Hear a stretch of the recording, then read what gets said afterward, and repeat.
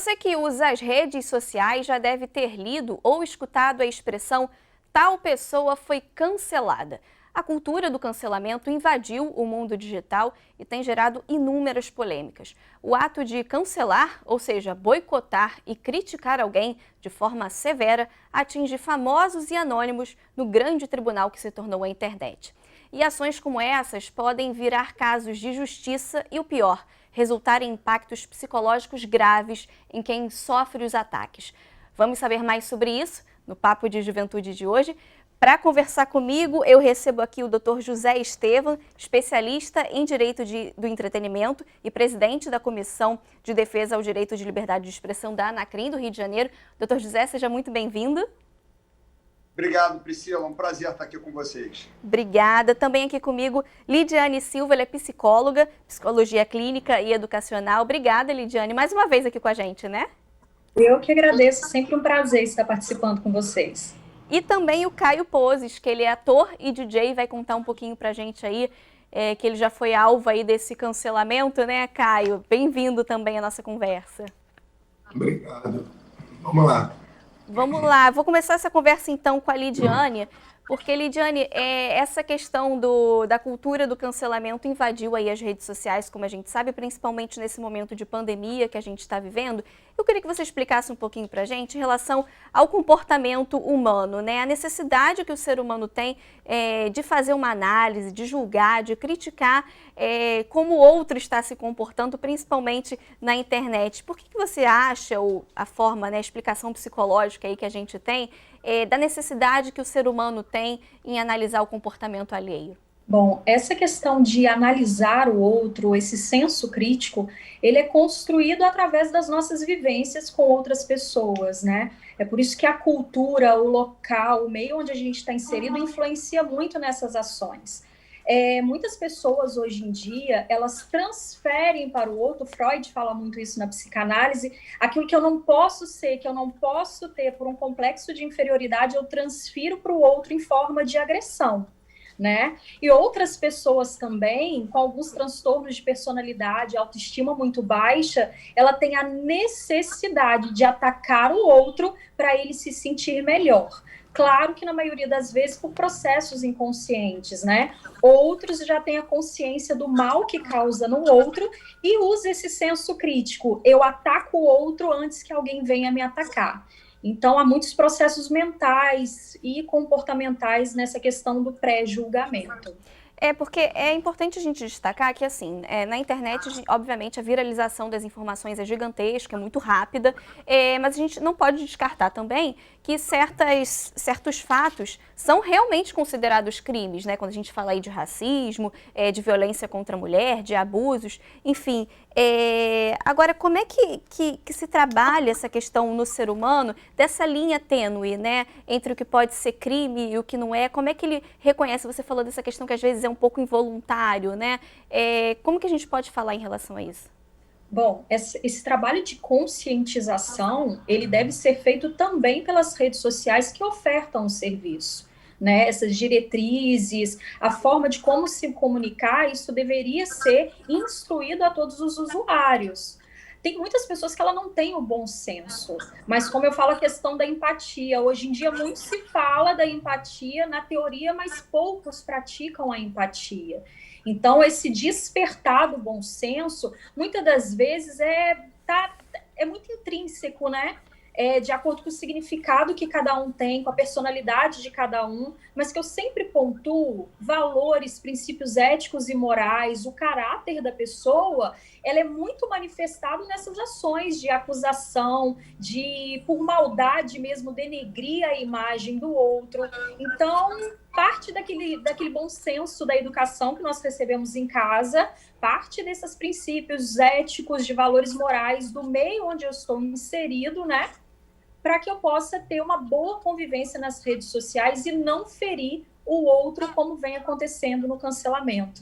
Sim. Vou chamar para essa conversa o doutor José Estevam, que, doutor José, como eu falei anteriormente, né, esses casos podem virar casos de justiça, porque a gente sabe aí na nossa Constituição, a gente já está previsto, né, a questão da liberdade de expressão, só que acaba confundindo muito as pessoas, né? As pessoas acabam não tendo esse limite, vamos dizer assim, do que é liberdade de expressão e do que está além do que pode virar uma questão jurídica mesmo. Como eu falei, existem aí os casos de racismo, violência contra a mulher. Eu queria que o senhor falasse mais sobre isso. Como é que juridicamente, né, o Poder Judiciário, enfim, como que se atua para as pessoas entenderem esse limite de que nem tudo pode? Priscila, é interessante, né, que a própria Constituição, que assegura, né, a livre manifestação do pensamento, sendo vedado o anonimato, ali no artigo 5º, que é uma cláusula pétrea, né? É um direito fundamental. No próprio inciso 10 do artigo 5º, ele estabelece limites. Né? Quais são esses limites? São invioláveis a intimidade, a vida privada, a honra e a imagem das pessoas, assegurado o direito à indenização pelo dano material e dano moral. Então, a própria Constituição, né, que permite a livre manifestação do pensamento, ela coloca limites nessa manifestação desse pensamento. Então, à medida de que você extrapola, e aí o ordenamento jurídico também prevê crimes, que são os crimes contra a honra, calúnia, injúria e difamação. Então, à medida que você extrapola esses limites, a pessoa que se sente vítima, né, a pessoa pelo qual a honra subjetiva ou honra objetiva está sendo violada, no caso dos crimes contra a honra, ela pode, através de uma ação penal privada, provocar o juízo criminal para que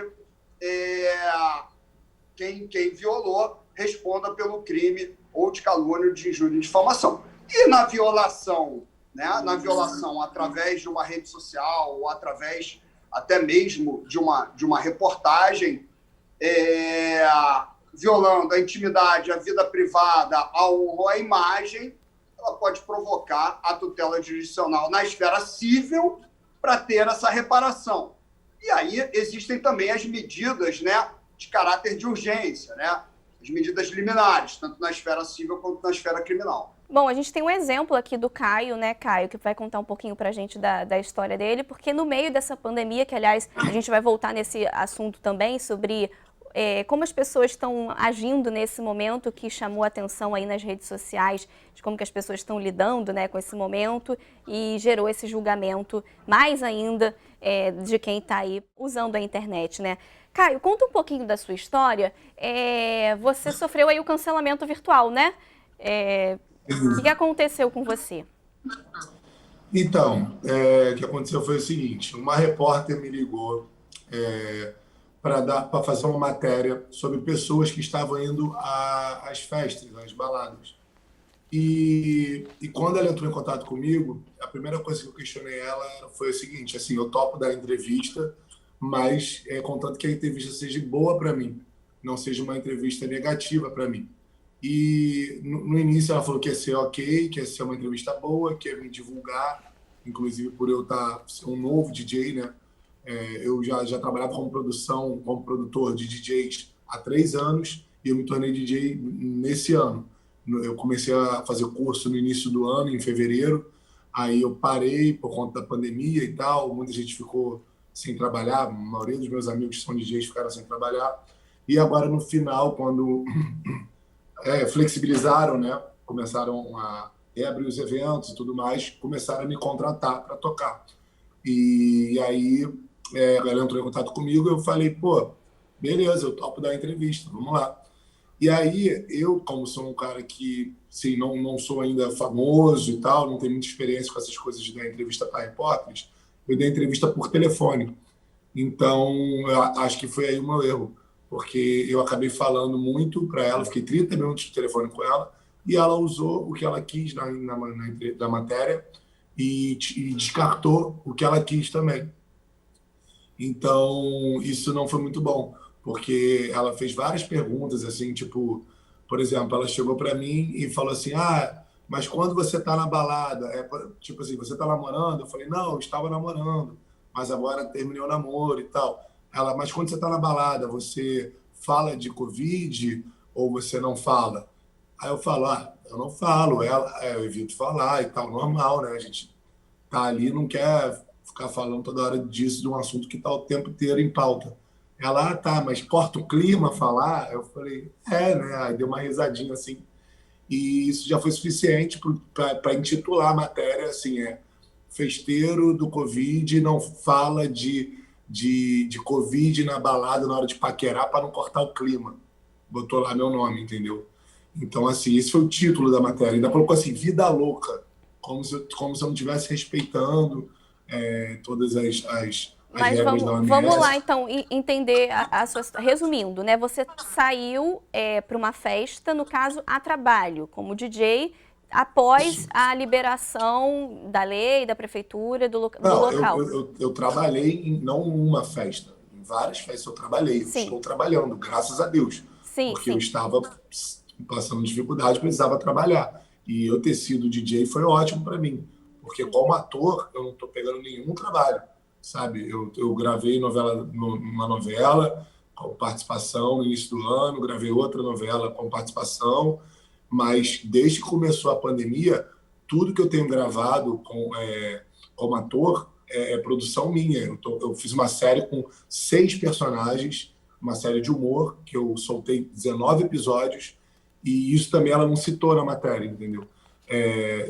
Eu abri um delivery de comida na pandemia, que eu doava alimentos, e isso também ela não citou na matéria. Então ela citou na matéria o que ela quis, a repórter. Então, assim, pegou bem ruim para mim, sabe? Várias pessoas vêm comentar comigo, parentes Pois é, meus, quais foram amigos as meus. consequências, né? Quando a gente fala aí do cancelamento, que você sofreu esse cancelamento porque você recebeu essa enxurrada de críticas de uma matéria que saiu como se você frequentasse as festas a lazer, né? Sem consciência, Sim, sem os cuidados, mas na verdade, segundo você estava indo a trabalho, cumprindo todas as medidas ali de segurança. E aí você sofreu esse exato. cancelamento. Como é que foi esse pós aí?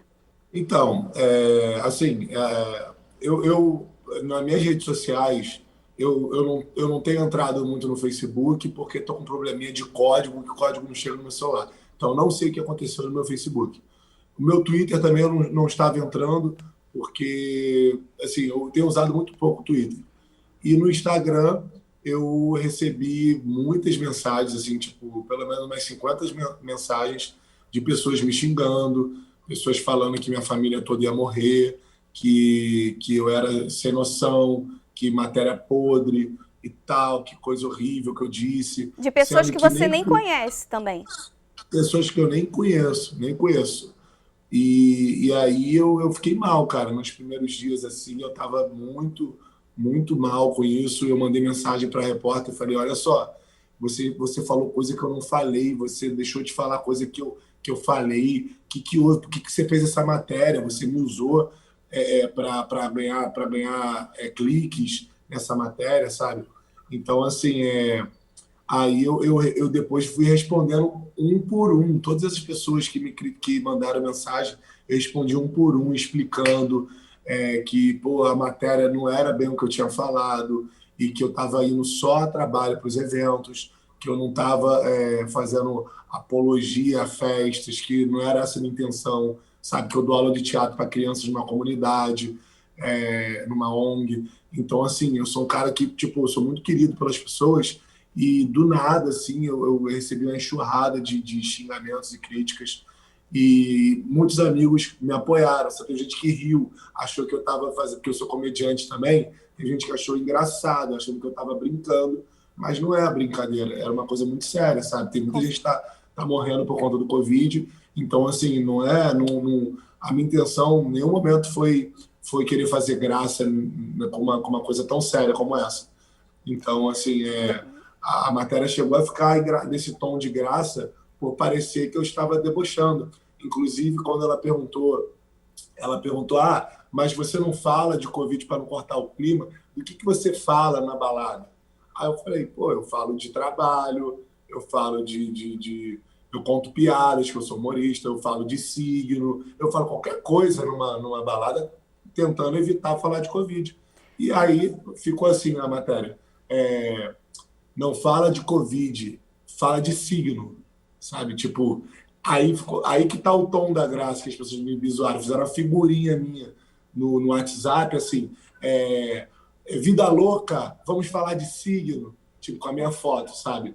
E no dia que eu fiz a foto para a matéria, eu perguntei, vocês não querem fazer a foto de máscara? Aí a fotógrafa, não é para você fazer foto de máscara. Eu falei, ok, porque a ideia dele já era de me pôr como um cara que está saindo sem máscara para os lugares e tal. Bom, a gente tem um caso clássico aí, né, dos impactos que isso causa, né, em quem sofre esse tipo de ataque aí virtual, como é o caso do Caio, que sofreu aí, né, recebeu mensagens, né, Caio, de pessoas que você nem conhece. A gente vai falar então desses impactos psicológicos e o doutor Estevão também vai ajudar a gente a entender a questão jurídica desse episódio do Caio, porque a gente já vê aí que atinge famosos, anônimos, está todo mundo sujeito, né, doutor José, a essa questão da cultura do cancelamento. Eu só vou ter que ir para o intervalo bem rapidinho para a gente continuar essa conversa. Você que está acompanhando a gente, não sai daí não, a gente volta já já.